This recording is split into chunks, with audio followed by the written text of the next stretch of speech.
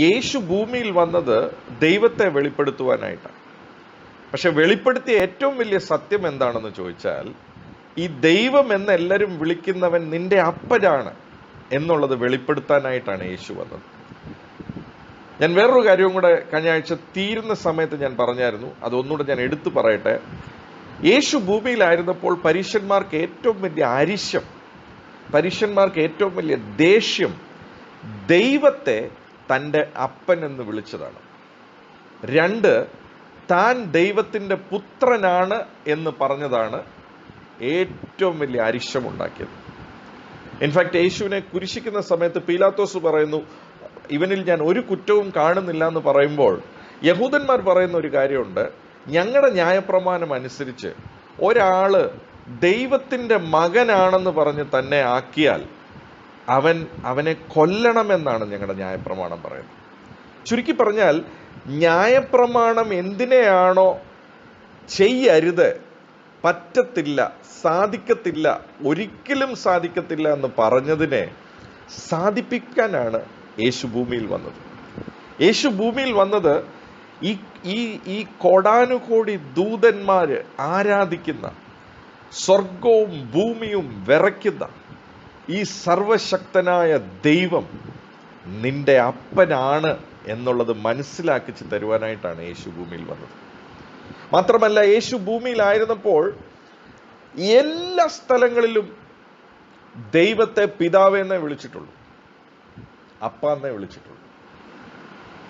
എന്നാൽ ഒരു സ്ഥലം ഒഴിച്ച് ക്രൂശിൽ വെച്ച് തൻ്റെ മേളിൽ പാപം, ഈ ലോകത്തിൻ്റെ മുഴുവൻ പാപങ്ങളും, നിങ്ങളുടെയും എൻ്റെയും പാപം തൻ്റെ മേളിൽ താൻ ചുമന്നപ്പോൾ യേശു കാൽവറി ക്രൂശിൽ വെച്ച് ഇങ്ങനെ പറഞ്ഞു, എൻ്റെ ദൈവമേ, എൻ്റെ ദൈവമേ, നീ എന്നെ എന്തുകൊണ്ട് കൈവിട്ടു. ആ ഒരൊറ്റ സമയത്ത് മാത്രമേ യേശു ദൈവത്തെ ദൈവമെന്ന് വിളിക്കുന്നുള്ളൂ. എന്താ കാര്യമെന്നറിയാവോ? പാപം വന്നപ്പോൾ, റിലേഷൻഷിപ്പ് ബ്രേക്ക് ആയപ്പോൾ, അപ്പാന്ന് വിളിക്കാനുള്ള ആ പ്രിവിലേജ് നഷ്ടപ്പെട്ടപ്പോൾ താൻ വിളിച്ചു, ഏലോയ് ഏലോയ് ലാമ ശബക്താൻ, എൻ്റെ ദൈവമേ, എൻ്റെ ദൈവമേ, നീ എന്നെ എന്തുകൊണ്ട് കൈവിട്ടു. ഇന്നെന്നെ കേൾക്കുന്ന പ്രിയപ്പെട്ടവരെ, യേശുവിനെ അന്ന് പിതാവ് കൈവിട്ടത് എന്തിനാണെന്നറിയാവോ? നിങ്ങളും ഞാനും ഇവനെ അബ്ബാ പിതാവ് എന്ന് വിളിക്കാനുള്ള ആ വലിയ പ്രിവിലേജ് ജീവിതത്തിൽ ലഭിക്കുവാനായിട്ട്. ലോകത്തിലുള്ള ആർക്കും കിട്ടാത്ത പ്രിവിലേജാണ് നിങ്ങൾക്കും എനിക്കും കിട്ടിയിരിക്കുന്നത്. ഞാൻ കഴിഞ്ഞ ആഴ്ച പറഞ്ഞു, ദൈവമേ എന്ന് വിളിക്കുമ്പോൾ, ദൈവമേ എന്ന് വിളിക്കുന്നവന്റെ അനുഭവങ്ങൾ വേറെയാണ്, കർത്താവേ എന്ന് വിളിക്കുന്നവന്റെ അനുഭവങ്ങൾ വേറെയാണ്.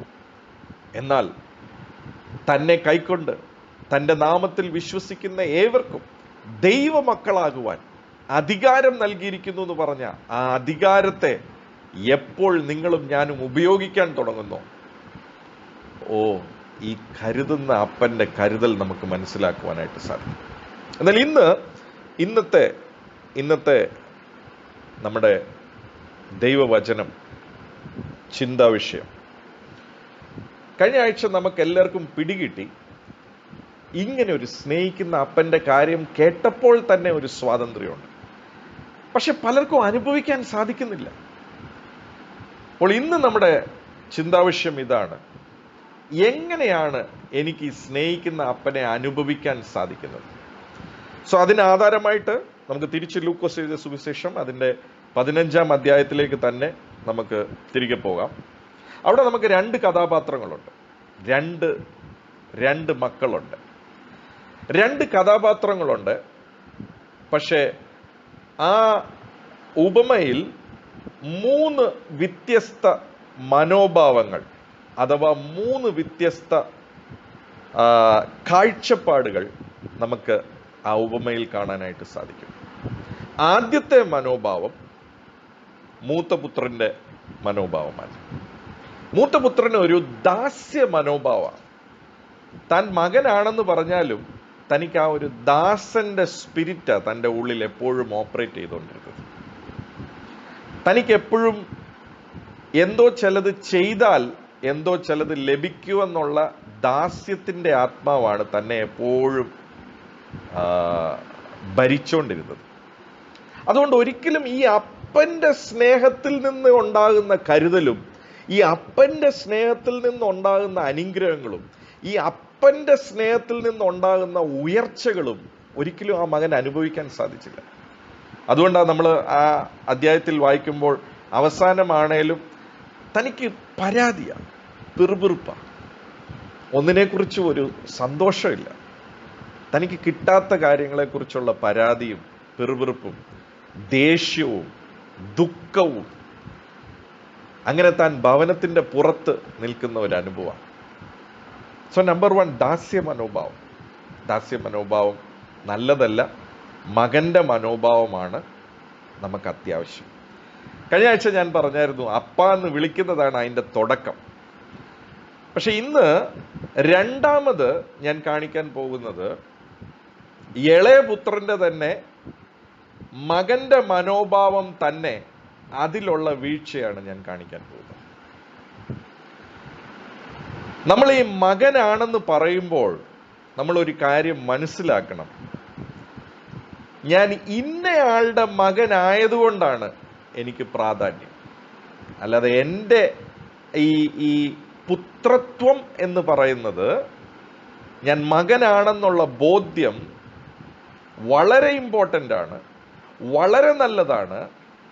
പക്ഷേ ഞാൻ ആരോ ആയി തീർന്നു എന്നുള്ള ചിന്താഗതിയിൽ നമ്മൾ ജീവിക്കാൻ തുടങ്ങുമ്പോൾ, അപ്പൻ അവനായതുകൊണ്ടാണ് എനിക്ക് ഈ മകനെന്നുള്ള സ്ഥാനം കിട്ടിയതെന്നുള്ള ബോധ്യം നമുക്ക് നഷ്ടപ്പെടാൻ തുടങ്ങുമ്പോൾ, ഏതാണോ നമ്മുടെ ജീവിതത്തിൽ അനുഗ്രഹം എന്ന് ചിന്തിക്കുന്നത് അത് തന്നെ നമ്മുടെ നാശത്തിന് കാരണമാകാൻ തുടങ്ങും. അതിനാധാരമായിട്ട് നമുക്കൊരു വാക്യം വായിക്കാം. ലൂക്കോസ് എഴുതിയ സുവിശേഷം അതിൻ്റെ 15-ാം അധ്യായം അതിൻ്റെ 12-ാമത്തെ വാക്യം വായിക്കപ്പെടുന്നു, ശ്രദ്ധിക്കുക. ലൂക്കോസ് എഴുതിയ സുവിശേഷം അതിൻ്റെ 15-ാം അധ്യായം അതിൻ്റെ 12-ാമത്തെ വാക്യം വായിക്കപ്പെടുന്നു, ശ്രദ്ധിക്കുക. അവരിൽ ഇളയവൻ അപ്പനോട്, അപ്പ, വസ്തുവിൽ എനിക്ക് വരേണ്ടുന്ന പങ്ക് തരണമേ എന്ന് പറഞ്ഞു. ഇളയവൻ അപ്പനോട് എന്നാ വിളിച്ചേ? ഇളയവൻ അപ്പനെ എന്നാ വിളിച്ചേ? ഇളയവൻ അപ്പനെ എന്നാ വിളിച്ചേ? അപ്പാന്നാ വിളിച്ചേ. അപ്പാന്ന് വിളിച്ചിട്ട് പറയുക, എനിക്ക് കിട്ടാനുള്ളതെല്ലാം എനിക്ക് താ. ഈ ഇളയ പുത്രന്റെ ആദ്യ മനോഭാവം, ഇവനുള്ള ഗുണം, ഇളയപുത്രന്റെ ഗുണം എന്ന് പറയുന്നത്, അവന് പുത്രന്റെ ആത്മാവുണ്ട്. അവൻ അപ്പാന്ന് വിളിക്കാൻ അറിയാം, അവൻ മകനാണെന്നുള്ള തിരിച്ചറിവുണ്ട്. പക്ഷെ പറ്റിയ ഒരു അബദ്ധം, മകനായതുകൊണ്ട് അവൻ ആളായെന്ന് ചിന്തിച്ചു. അപ്പനെ അവന് വേണ്ടായിരുന്നു. എൻ്റെ കുഞ്ഞിലെ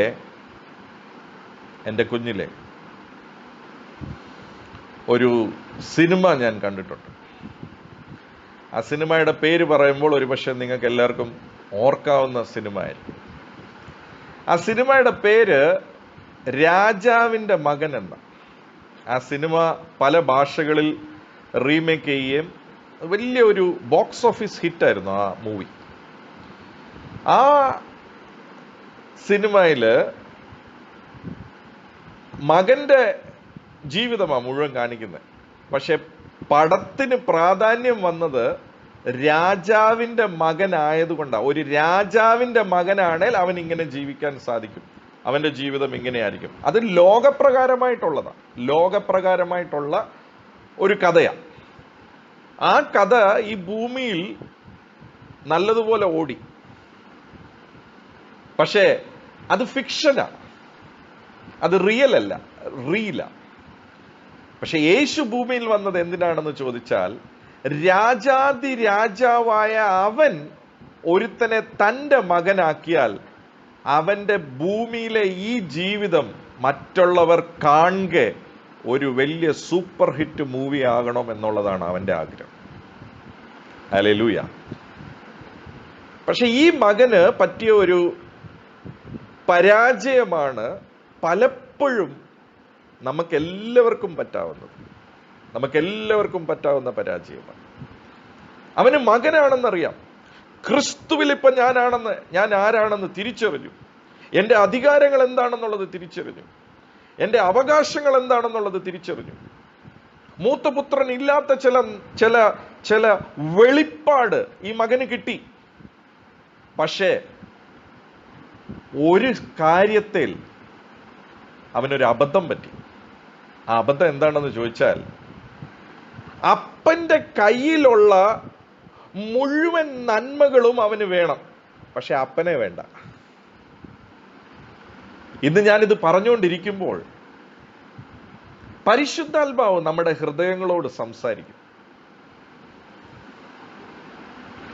നമ്മൾ ഇന്ന് അപ്പാന്ന് വിളിക്കുന്നതും അപ്പനെ തേടുന്നതും നന്മകൾ ലഭിക്കാനാണോ? ലഭിച്ചില്ലേ?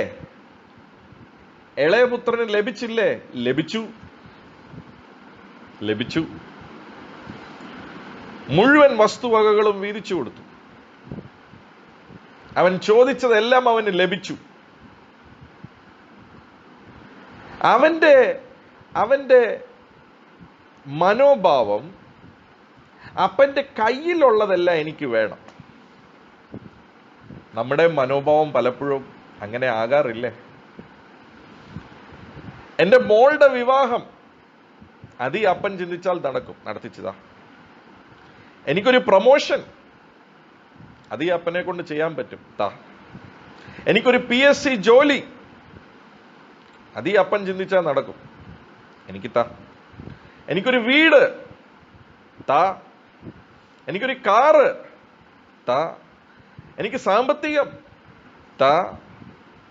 ചുരുക്കി പറഞ്ഞ ഈ സ്പിരിറ്റിന്റെ പേരാണ് താത്താ സ്പിരിറ്റ്. എല്ലാ കാര്യങ്ങളും വേണം, താ. അപ്പനെ വേണ്ട.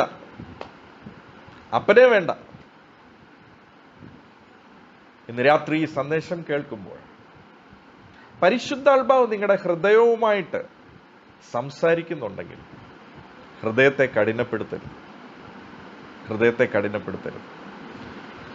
നമുക്ക് എല്ലാവർക്കും ഉണ്ടാകുന്ന വീഴ്ച. ഇളയപുത്രന് ലഭിച്ചില്ലേ? പ്രാർത്ഥനയ്ക്ക് മറുപടി കിട്ടിയില്ലേ? കിട്ടി. മുഴുവൻ കാര്യവും കിട്ടി. ഇളയപുത്രൻ ചിന്തിച്ചു, ഈ അപ്പന്റെ കയ്യിലിരിക്കുന്ന സാധനങ്ങൾ എനിക്ക് ലഭിച്ചാൽ മതി, എന്റെ ജീവിതം അനുഗ്രഹമാകും. എന്നെ കേൾക്കുന്ന പ്രിയപ്പെട്ടവരെ, നമ്മൾ പലപ്പോഴും ചിന്തിക്കുന്ന കാര്യമല്ലേ, എൻ്റെ ഒരു ജോലിയും കൂടെ ശരിയായാൽ, എൻ്റെ ഒരു വീട്ടിലെ മകളുടെ കാര്യവും കൂടെ ശരിയായാൽ, എനിക്കൊരു റൂം കൂടെ കെട്ടിത്തീർത്താൽ, എനിക്കൊരു കൃപാവരവും കൂടെ കിട്ടിക്കഴിഞ്ഞാൽ, എനിക്കൊരു രോഗി കൈവച്ച് സൗഖ്യമാക്കാൻ തുടങ്ങിക്കഴിഞ്ഞാൽ, എനിക്ക് കുറച്ച് പേര് ഫേസ്ബുക്കിൽ ഫോളോവേഴ്സ് ആയി കഴിഞ്ഞാൽ എൻ്റെ കാര്യം ഓക്കെ ആയെന്നല്ലേ ചിന്തിക്കുന്നത്?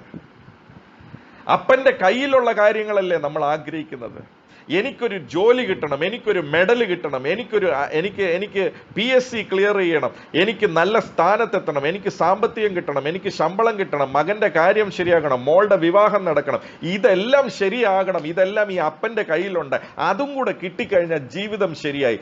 പക്ഷേ ഇളയ മകന്റെ കാര്യത്തിൽ നിന്ന് നമുക്ക് ഒരു കാര്യം പഠിക്കാൻ സാധിക്കും പ്രിയപ്പെട്ടവരെ. എല്ലാം ലഭിച്ചാലും എല്ലാം കിട്ടിയാലും ഈ സ്നേഹിക്കുന്ന അപ്പന്റെ കരുതലില്ലെങ്കിൽ മുഴുവനും നാശത്തിനായി തീരും പ്രിയപ്പെട്ടവരെ, മുഴുവനും നാശത്തിനായി തീരും. ഇളയപുത്രൻ, ഞാൻ രണ്ടാമത്തെ മനോഭാവം പറയുന്നത്. ഇളയപുത്രന്റെ ആദ്യ മനോഭാവമാണ് രണ്ടാമതായിട്ട് പറയുന്നത്. ഇളയപുത്രന്റെ ആദ്യ മനോഭാവമാണ് എനിക്ക് നിന്നെ വേണ്ട, എനിക്ക് അപ്പനെ വേണ്ട. ഒരുപക്ഷെ ഇന്ന് നമ്മൾ പ്രാർത്ഥനയിൽ നമ്മൾ അങ്ങനെ പറയത്തില്ലായിരിക്കും. നീ മാത്രം മതി എന്നൊക്കെ ആയിരിക്കും പാടുന്നത്. യേശു മാത്രം മതി, നീ മാത്രം മതി എന്നാ പാടുന്നേ. പക്ഷേ PSC താ, ജോലി താ, പ്രൊമോഷൻ താ, വീട് താ, മക്കളുടെ കാര്യം ശരിയാക്ക്, കാറ് താ, ബംഗ്ലാ താ. എല്ലാം ലഭിച്ചു പ്രിയപ്പെട്ടവരെ രണ്ടാമത്തെ മോനെ. പക്ഷേ അവൻ ചിന്തിച്ചു, ഇതെല്ലാം ഉണ്ടെങ്കിൽ അപ്പന്റെ കയ്യിലുള്ള മുഴുവൻ കാര്യങ്ങളും ഉണ്ടെങ്കിൽ, ഞാൻ ചോദിക്കട്ടെ, ശുശ്രൂഷകരായിട്ടുള്ളവരോട് ഞാൻ ചോദിക്കട്ടെ, പലപ്പോഴും അപ്പന്റെ കയ്യിലുള്ള കൃപാവരം കിട്ടിയാൽ ഷൈൻ ചെയ്യാമെന്ന് ചിന്തിക്കാറില്ലേ നമ്മൾ? പരിശുദ്ധാത്മാവിന്റെ 9 കൃപാവരങ്ങളും എനിക്ക് കിട്ടിയാൽ എന്റെ മിനിസ്ട്രി വലുതാവുമല്ലോ എന്നുള്ളൊരു ചിന്ത നമുക്കില്ലേ? ആത്മീകമായിട്ടുള്ള ചില റെവലേഷൻസ് നമുക്ക് കിട്ടിക്കഴിഞ്ഞാൽ നമ്മുടെ മെസ്സേജ് കേൾക്കാൻ ഒത്തിരി പേര് വരുമല്ലോ എന്നുള്ള ചിന്ത നമുക്കില്ലേ? എന്നാൽ ഇന്ന് രാത്രി ഇത് തിരിച്ചറിയണം. അപ്പന്റെ കയ്യിലുള്ളതിനേക്കാൾ അപ്പനാ വിലപ്പെട്ടത്. അപ്പന്റെ കയ്യിലുള്ള മുഴുവൻ കാര്യങ്ങളെക്കാളും നിങ്ങൾക്കും എനിക്കും ലഭിച്ച ഈ അപ്പനാ വിലപ്പെട്ടത്. ഞാന് ഈ രണ്ടാമത്തെ മകന്റെ ഈ മനോഭാവം പറയുമ്പോൾ തന്നെ പെട്ടെന്ന് എൻ്റെ ഉള്ളിൽ പരിശുദ്ധാത്മാവ് ഇന്ന് പകൽ ഞാൻ അപ്പന്റെ സന്നിധിയിൽ ഇരുന്ന് പ്രാർത്ഥിച്ചുകൊണ്ടിരിക്കുമ്പോൾ വേറൊരു കഥാപാത്രത്തെയും കൂടെ പ്രസന്റ് ചെയ്യാനായിട്ട് പറഞ്ഞു. നമ്മുടെ എല്ലാം ജീവിതത്തിൽ സംഭവിക്കുന്നതാ. നമ്മൾ വന്ന വഴികൾ നമ്മൾ പലപ്പോഴും മറക്കാറുണ്ട് പ്രിയപ്പെട്ടവരെ. നമ്മൾ പലപ്പോഴും മറക്കാറുണ്ട്. നമ്മൾ വന്നപ്പോൾ ഒന്നുമില്ലാതെയാ വന്നത്. ദൈവമേ എന്ന് വിളിച്ചാ വന്നത്. എനിക്ക് എന്തെങ്കിലും ഒരു കരുണ ലഭിച്ചാൽ മതിയെന്നാ വന്നത്. പക്ഷെ വന്ന നമ്മളെ അവൻ പുത്രനാക്കി, പുത്രിയാക്കി, അവകാശം കൊടുത്തു, യേശുവിന്റെ നാമം ഉപയോഗിക്കാനുള്ള അധികാരം കൊടുത്തു. നമ്മൾ പ്രാർത്ഥിച്ചാൽ അത്ഭുതങ്ങൾ നടക്കാൻ തുടങ്ങി. നമ്മൾ പറയുന്ന കാര്യങ്ങൾ അവൻ അറ്റസ്റ്റ് ചെയ്യാൻ തുടങ്ങി. അതെല്ലാം നടക്കാൻ തുടങ്ങിയപ്പോൾ നമ്മൾ ദാതാവിനേക്കാളും ദാനത്തെ സ്നേഹിക്കുന്ന ഒരനുഭവം ഉണ്ടാകാൻ തുടങ്ങി. ഇന്ന് ഈ ശബ്ദം കേൾക്കുമ്പോൾ പരിശുദ്ധാത്മാവ് നിങ്ങളുടെ ഹൃദയവുമായിട്ട് സംസാരിക്കുന്നുണ്ടെങ്കിൽ അതൊരു മാനസാന്തരത്തിലേക്ക് നടത്തട്ടെ എന്ന് ഞാൻ പ്രാർത്ഥിക്കുന്നു. ഇളയപുത്രന്റെ ജീവിതം നാശത്തിലോട്ട് പോയി. ഇളയപുത്രന്റെ ജീവിതത്തിൽ അവൻ പ്രാർത്ഥിച്ച മുഴുവൻ വിഷയങ്ങൾക്കും മറുപടി കിട്ടി. പക്ഷെ അപ്പന്റെ വലിപ്പം തിരിച്ചറിഞ്ഞില്ല. ഇന്ന് നമ്മൾ തിരിച്ചറിയേണ്ട ഒരു കാര്യമുണ്ട്. നിങ്ങളും ഞാനും പ്രാർത്ഥിക്കുന്ന മുഴുവൻ കാര്യങ്ങളെക്കാളും ഈ അപ്പനെ കിട്ടിയതാ പ്രിയപ്പെട്ടവരെ വലിയ ഭാഗ്യം. ഈ അപ്പനുള്ള വില വേറെ ഒന്നിനും ഇടരുത്. ഈ അപ്പന് കിട്ടുന്ന വില വേറെ ഒന്നിനും ഇടരുത്. അവൻ നിന്നെ കരുതുന്ന പോലെ നീ പ്രാർത്ഥിക്കുന്ന ഒരു കാര്യത്തിനും നിന്നെ കരുതാൻ സാധിക്കത്തില്ല. അവന് നിന്നെ സ്നേഹിക്കുന്നത് പോലെ നീ ചോദിച്ചു മേടിക്കുന്ന ഒരു കാര്യത്തിനും നിന്നെ സ്നേഹിക്കാൻ പറ്റത്തില്ല. അവന് സന്തോഷം നിനക്ക് കൊടുക്കാൻ സാധിക്കുന്ന രീതിയിൽ നീ പ്രാർത്ഥിച്ചു മേടിക്കുന്ന ഒരു കാര്യവും നിന്നെ സന്തോഷിപ്പിക്കത്തില്ല. അവൻ നിന്നെ കൈകളിൽ എടുത്ത് ഉയർത്തുന്നത് പോലെ നീ പ്രാർത്ഥിച്ചു മേടിക്കുന്ന ഒരു കാര്യവും നിന്നെ ഉയർത്തത്തില്ല സഹോദര, ഉയർത്തത്തില്ല സഹോദരി. ഇന്ന് രാത്രി അപ്പന്റെ വലിപ്പം ഒന്ന് തിരിച്ചറിയാവോ? എൻ്റെ ഉള്ളിൽ അപ്പൻ ഉടനെ കൊണ്ടുവന്ന വേറൊരു ക്യാരക്ടറാണ് പത്രോസ്. പത്രോസിനെ കുറിച്ച് ഒരു 3-4 ഭാഗങ്ങൾ മാത്രം പെട്ടെന്ന് നിങ്ങളുടെ മുന്നിൽ ഞാൻ വെക്കുവാനായിട്ട് ആഗ്രഹിക്കുക. ലൂക്കോസിന്റെ സുവിശേഷം 5-ാം അധ്യായം 8-ാം വാക്യം വായിക്കുമ്പോൾ നമുക്ക് അവിടെ ഒരു പത്രോസിനെ കാണാൻ സാധിക്കും. ഞാൻ എന്തിനാ ഇത് പറയുന്നതെന്നറിയാവോ? ഈ പത്രോസ് എന്ന മനുഷ്യനിൽ നമ്മുടെ ജീവിതം പലപ്പോഴും നമുക്ക് കാണാൻ സാധിക്കും.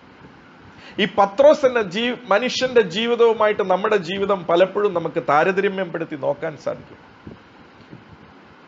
ലൂക്കോസ് എഴുതിയ സുവിശേഷം 5-ാം അധ്യായത്തില് പരാജയപ്പെട്ട ഒരു മുക്കുവന്റെ പടകിലേക്ക് യേശു കയറുന്നു. അത് താൻ ഉപയോഗിക്കുന്നു. അത് കഴിഞ്ഞതിന് ശേഷം രാത്രി മുഴുവൻ അധ്വാനിച്ചിട്ട് പരാജയപ്പെട്ട തന്റെ പടകിൽ യേശു പറയുക, ഞാനും വരാം, ബാ നമുക്ക് ആഴത്തിൽ ചെന്ന് വലയിടും. അവിടെ വല കീറുന്നത് പോലെ 2 പടക് നിറഞ്ഞ് പടക് മുങ്ങുന്നത് പോലെ വല കീറുന്നത് പോലെ മീനുകൾ കേറി. ആ അത്ഭുതം കണ്ട പത്രോസ് പറയുന്ന വാക്യമാണ് നമ്മൾ ഇപ്പോൾ വായിക്കാൻ പോകുന്നത്. എങ്ങനെയാ നമ്മുടെ ജീവിതത്തിലൊക്കെ ട്രാൻസിഷൻ ഉണ്ടാകുന്നതെന്നുള്ളത് കാണുവാനായിട്ടാണ് ഇദ്ദേഹത്തിന്റെ ജീവിതം ഞാൻ പറയുന്നത്. ഇന്ന് ഇദ്ദേഹത്തിന്റെ ജീവിതം പറയുമ്പം നമ്മുടെ ജീവിതവും നമ്മൾ വന്ന വഴികളും ഇന്നുള്ളത് വിജയമായിട്ടൊന്ന് താരതമ്യപ്പെടുത്തി നോക്കിയാൽ നമുക്ക് പലതും പിടികിട്ടും. ലൂക്കോസ് എഴുതിയ സുവിശേഷം 5-ാം അധ്യായം അതിന്റെ 8-ാം വാക്യം ഇങ്ങനെയാ പറയുന്നത്. വായിക്കപ്പെടുന്നു, ശ്രദ്ധിക്കുക. ശിമോൻ പത്രോസ് അത് കണ്ടിട്ട് യേശുവിന്റെ കാൽക്കൽ വീണു. കർത്താവേ, ഞാൻ പാപിയായ മനുഷ്യനാകൊണ്ട് എന്നെ വിട്ടു പോകണമേ എന്ന് പറഞ്ഞു. ഓർത്തോണേ, പത്രോസിന്റെ എൻട്രിയാ ഞാൻ ഈ പറയുന്നത്. പത്രോസിന്റെ ആദ്യത്തെ എൻകൗണ്ടർ യേശു എന്ന ഈ അപ്പനെ ആദ്യം കണ്ടുമുട്ടിയപ്പോൾ അവൻ പറയുക, ഈ അത്ഭുതം കണ്ടപ്പോൾ അവൻ പറയുക, അപ്പാ നീ ദൈവമാ. അപ്പാന്ന് വിളിക്കാനുള്ള യോഗ്യത അപ്പാവനില്ല. ദൈവമേ, മൈ ലോർഡ്, നീ വലിയവനാ. നിന്റെ അടുത്ത് നിൽക്കാനുള്ള യോഗ്യത എനിക്കില്ല. നിന്റെ കൂടെ ചേരാനുള്ള യോഗ്യത എനിക്കില്ല. നിന്റെ അടുത്തുപോലും നിൽക്കാനുള്ള യോഗ്യത എനിക്കില്ല. കാലിൽ സാഷ്ടാംഗം വീഴുക, വീണിട്ട് പറയാ, ഞാൻ പാവിയാ കർത്താവേ, ഞാൻ പാവിയാ. You are so great, you are so mighty. നീ ജ്ഞാനിയാ, നീ സർവശക്തനാ, നീ സർവവല്ലഭനാ, ഞാൻ ഒന്നുമില്ല. അങ്ങനെയാ നമ്മളെല്ലാവരും ഈ അപ്പനെ ആദ്യം കണ്ടുമുട്ടിയത്. നിങ്ങളും ഞാനും ഈ അപ്പനെ ആദ്യം കണ്ടുമുട്ടിയപ്പോൾ നമ്മുടെ അനുഭവം അത് തന്നെയായിരുന്നു. പക്ഷെ നോയിക്കേ, 12-ാമത്തെ വാക്യത്തിൽ ആ പത്രോസിനോട് അതേ 5-ാം അധ്യായം 12-ാം വാക്യം വായിക്കപ്പെടുന്നു, ശ്രദ്ധിക്കുക. അവനൊരു പട്ടണത്തിൽ ഇരിക്കുമ്പോൾ കുഷ്ഠം നിറഞ്ഞൊരു മനുഷ്യൻ. 5-ാം അധ്യായത്തിന്റെ 12-ാമത്തെ വാക്യം, 8 കഴിഞ്ഞിട്ടുള്ള വാക്യം വായിച്ച, മനുഷ്യരെ പിടിക്കുന്നവരാക്കുമെന്ന് പറയുന്നത് 5-ാം അധ്യായത്തിന്റെ 12-ാമത്തെ വാക്യം വായിക്കപ്പെടുന്നു. 10 വായിച്ചു. 5-ാം അധ്യായത്തിന്റെ 10-ാമത്തെ വാക്യം. യേശു ശിമോനോട്, ഭയപ്പെടേണ്ട, ഇന്നു മുതൽ നീ മനുഷ്യരെ പിടിക്കുന്നവനാവും എന്ന് പറഞ്ഞു. ഓർത്തോണേ, അടുക്ക പോലും നിൽക്കാൻ യോഗ്യതയില്ലാത്തവൻ, നിങ്ങളുടെ വീട്ടിൽ അങ്ങോട്ടും ഇങ്ങോട്ടും ഒന്ന് നോക്കി പറഞ്ഞ, അടുക്കൽ പോലും നിൽക്കാൻ യോഗ്യതയില്ലാത്തവനോട് യേശു പറഞ്ഞു, നീ മനുഷ്യനെ പിടിക്കുന്നവനാവും. മീൻ പോലെ ശരിക്കും പിടിക്കാൻ അറിയത്തില്ലേ? ഞാനിത് പറയുമ്പോൾ നമ്മുടെ ജീവിതങ്ങളൊക്കെ ഒന്ന് ഫ്ലാഷ് ബാക്ക് ആയിട്ട് ഓടണേ. വന്നപ്പോൾ 2 കാലേ ഉറച്ചു നിൽക്കാൻ പറ്റത്തില്ലായിരുന്നു നമുക്ക്. അഭയം തേടി വന്നതാ നമ്മൾ പലരും. എല്ലാവരും അഭയം തേടി വന്നവരാ. പത്രോസിന് മീൻപിടുത്തം തന്നെ പരാജയപ്പെട്ടതാ. അടുത്തുപോലും നിൽക്കാൻ യോഗ്യതയില്ലാത്തവനെ. നിങ്ങളുടെ വീടുകളിൽ അപ്പുറത്തും ഇപ്പുറത്തും ഉള്ള ആളിനെ ഒന്ന് നോക്കിയിട്ട് പറഞ്ഞേ, അടുത്തുപോലും നിൽക്കാൻ യോഗ്യതയില്ലാത്തവനെ മനുഷ്യരെ പിടിക്കുന്നവരാക്കി. ഹല്ലേലൂയ. അതാ ഈ അപ്പന്റെ ഹൃദയം. വരുമ്പോൾ ഒരു വാക്കുപോലും പ്രാർത്ഥിക്കാൻ പോലും അറിയാത്ത നമ്മളിൽ പലരെയും ഇന്ന് ഈ അപ്പൻ ശുശ്രൂഷകരാക്കി,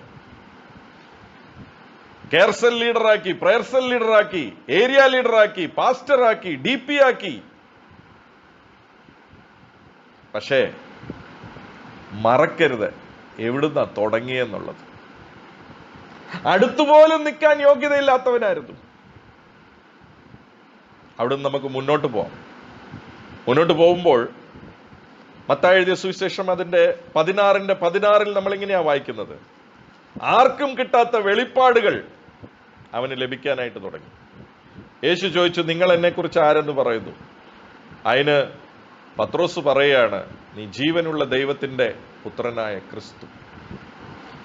അത് പറഞ്ഞപ്പോൾ യേശു പറഞ്ഞു, മോനെ, ഇത് നിന്റെ കഴിവല്ല, എൻ്റെ അപ്പ നിനക്ക് വെളിപ്പെടുത്തിയതാ. ഒന്നുമില്ലാത്ത നമുക്ക് വെളിപ്പാടുകൾ കിട്ടുമ്പോൾ, ഈ അപ്പനെ കുറിച്ചുള്ള തിരിച്ചറിവ് കിട്ടുമ്പോൾ ഓർത്തോണം, നമ്മൾ വലിയ സ്പെഷ്യൽ ആയതുകൊണ്ടല്ല, അവന്റെ കൃപയും അവന്റെ സ്നേഹവുമാണ്. പത്രോസിനോട് പറഞ്ഞ, എൻ്റെ അപ്പ വെളിപ്പെടുത്തിയോണ്ടാ നിനക്കിത് കിട്ടിയത്. നോക്കിക്കോണേ, വെളിപ്പാട് കിട്ടാൻ തുടങ്ങിയ ഉടനെ അടുത്തുപോലും നിൽക്കാൻ യോഗ്യതയില്ലെന്ന് പറഞ്ഞവൻ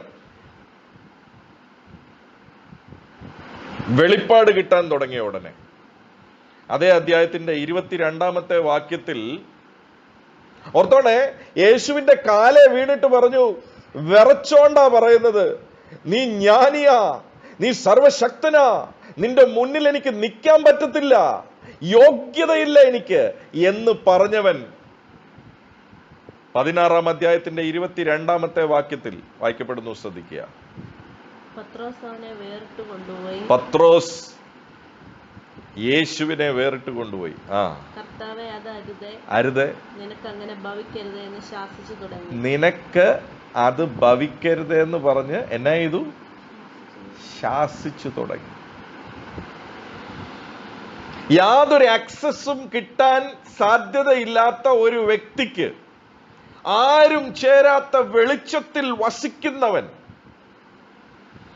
ദൂതന്മാരും 24 മൂപ്പന്മാരും 24 മണിക്കൂറും കിരീടങ്ങൾ താഴെ വെച്ച് സാഷ്ടാംഗം വീണ് നമസ്കരിക്കുന്നവൻ,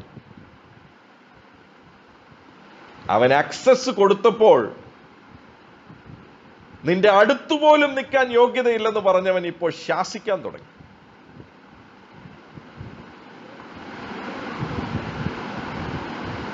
എന്തെങ്കിലും കിട്ടിയാൽ മതി എന്ന് പറഞ്ഞ നമ്മൾ പലപ്പോഴും ദൈവത്തെ ക്വസ്റ്റ്യൻ ചെയ്യാൻ തുടങ്ങി. അപ്പനായപ്പോൾ, ആക്സസ് കിട്ടിയപ്പോൾ അവിടെ കൊണ്ട് നിൽക്കുന്നില്ല. തന്റെ ജീവിതം പിന്നെ മുന്നോട്ട് പോയി. മത്തായി എഴുതിയ സുവിശേഷം അതിന്റെ 19-ാം അധ്യായം അതിന്റെ 27-ാമത്തെ വാക്യം വായിക്കപ്പെടുന്നു. ശ്രദ്ധിക്കുക. മത്തായി എഴുതിയ സുവിശേഷം 19-ാം അധ്യായം അതിന്റെ 27-ാമത്തെ വാക്യം. പത്രോസ് അവനോട്, ഞങ്ങൾ സകലവും വിട്ട് നിന്നെ അനുഗമിച്ചുവല്ലോ, ഞങ്ങൾക്ക് എന്ത് കിട്ടും എന്ന് ചോദിച്ചു. ഇതിന്റെ പേരാണ് താത്താ സ്പിരിറ്റ്. ഒരു ഗതി പരഗതി ഇല്ലാത്ത പത്രോസിനെ, ആ പത്രോസ് എന്ന് പറയുന്നിടത്ത് തോസുട്ടി ബ്രദറിന് പേരിടുന്നതിന് എനിക്ക് കുഴപ്പമൊന്നുമില്ല. വേണമെങ്കിൽ നിങ്ങളുടെ പേരിട്ടും പറയാം, നിങ്ങൾക്ക് തന്നെ നിങ്ങളുടെ സ്വന്തമേ പറയാം. ഒരു ഗതി പരഗതി ഇല്ലാത്ത തോസുട്ടി ബ്രദറിനെ, അടുത്തുപോലും നിൽക്കാൻ യോഗ്യതയില്ലാത്ത തോസുട്ടി ബ്രദറിനെ,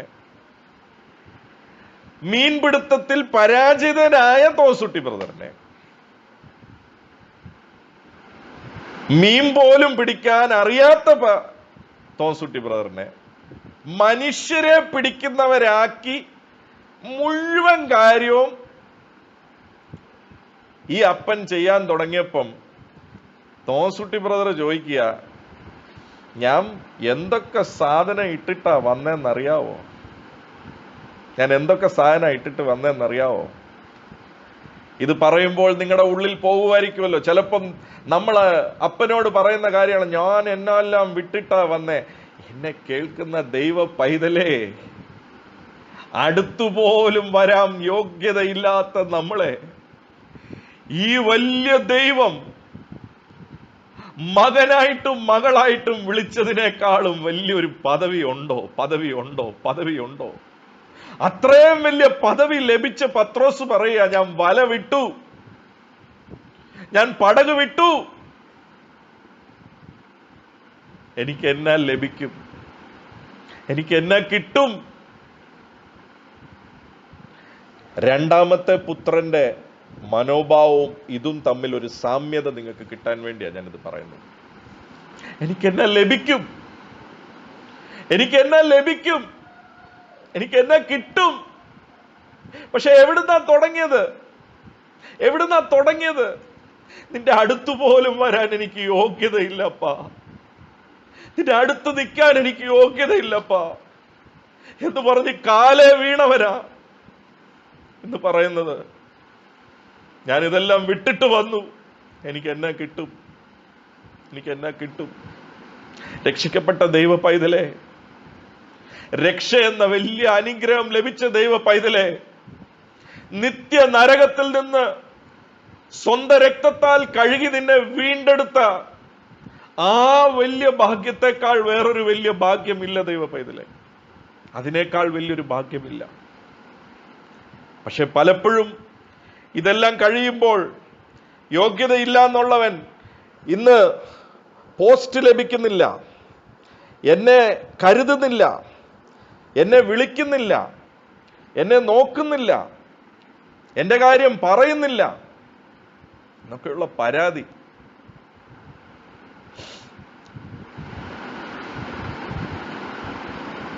ഇതാണ് താത്ത സ്പിരിറ്റ്. എന്നെ കിട്ടും, എന്നെ കിട്ടും. അവിടെ കൊണ്ട് നിൽക്കുന്നില്ല പ്രിയപ്പെട്ടവരെ. മത്തായി എഴുതിയ സുവിശേഷം അതിന്റെ 26-ാം അധ്യായം 33-ാമത്തെ വാക്യത്തിൽ നമ്മളിങ്ങനെയാ പറയുന്നത്, തന്നെ വിളിച്ചവൻ, തന്നെ ശുശ്രൂഷയിലാക്കിയവൻ ദൈവം, അവൻ പറയുക, ഇന്ന് രാത്രി നിങ്ങളെല്ലാവരും ഇടറും. എല്ലാവരുടെ കാര്യമാണ് പറയുന്നത്. അതിന് പത്രോസ് മറുപടി പറയുക. വായിച്ചേ. അതിന് പത്രോസ്, എല്ലാവരും നിങ്ങൾ ഇടറിയാലും ഞാൻ ഒരു നാളും ഇടറുകയില്ല. എല്ലാരും ഇടറിയാലും ഞാൻ ഇടറത്തില്ല.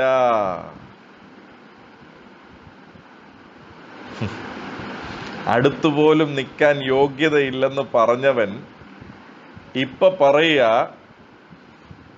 ഇപ്പൊ നീ പോവെന്ന് പറഞ്ഞാലും ഞാൻ പോകത്തില്ല, ഞാൻ നിൽക്കും, ഞാൻ നിൽക്കും, ഞാൻ ഇത് ചെയ്യും, ഞാൻ അത് ചെയ്യും. ഇന്നെന്നെ കേൾക്കുന്ന പലരും പലതും പറഞ്ഞ് അതൊന്നും നിവൃത്തിയാക്കാൻ സാധിക്കാതെ ആയിരിക്കുന്ന അവസ്ഥയിലായിട്ടുണ്ട്. ഞാൻ കാലേൽ വീണവൻ, എനിക്ക് അടുത്ത് നിൽക്കാൻ ഒരു ഭാഗ്യം കിട്ടിയാൽ മതിയെന്ന് പറഞ്ഞവൻ ഇപ്പൊ പറയുക, ഞാൻ നിൽക്കും, ഞാൻ നിൽക്കും, നീ നിർത്തിയില്ലേലും ഞാൻ നിൽക്കും. ഞാൻ ഇളയപുത്രന്റെ ആദ്യ മനോഭാവം, സാധനം എല്ലാം കിട്ടിയാൽ ഞാൻ നിൽക്കും. കേൾക്കുന്ന ദൈവ പൈതലേ, നിൽക്കുന്നത് കൃപയാലാണെന്നുള്ളത് മറന്നു പോകരുത്. നിൽക്കുന്നത് അപ്പന്റെ കൃപയാലാണെന്ന് മറന്നു പോകരുത്, മറന്നു പോകരുത്, മറന്നു പോകരുത്, മറന്നു പോകരുത്. ആദ്യ ദിവസത്തിൽ അവന്റെ കാലേൽ വീണ് പറഞ്ഞത് മറന്നു പോകരുത്, മറന്നു പോകരുത്. അടുത്തു വരാൻ യോഗ്യതയില്ലെന്ന് നീ പറഞ്ഞത് മറന്നു പോകരുത്.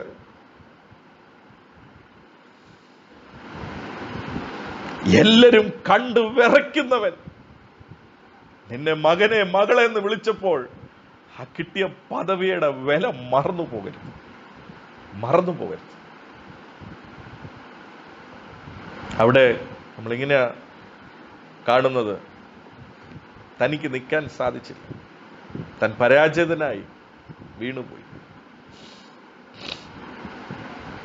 എന്നെ കേൾക്കുന്ന ദൈവ പൈതലേ,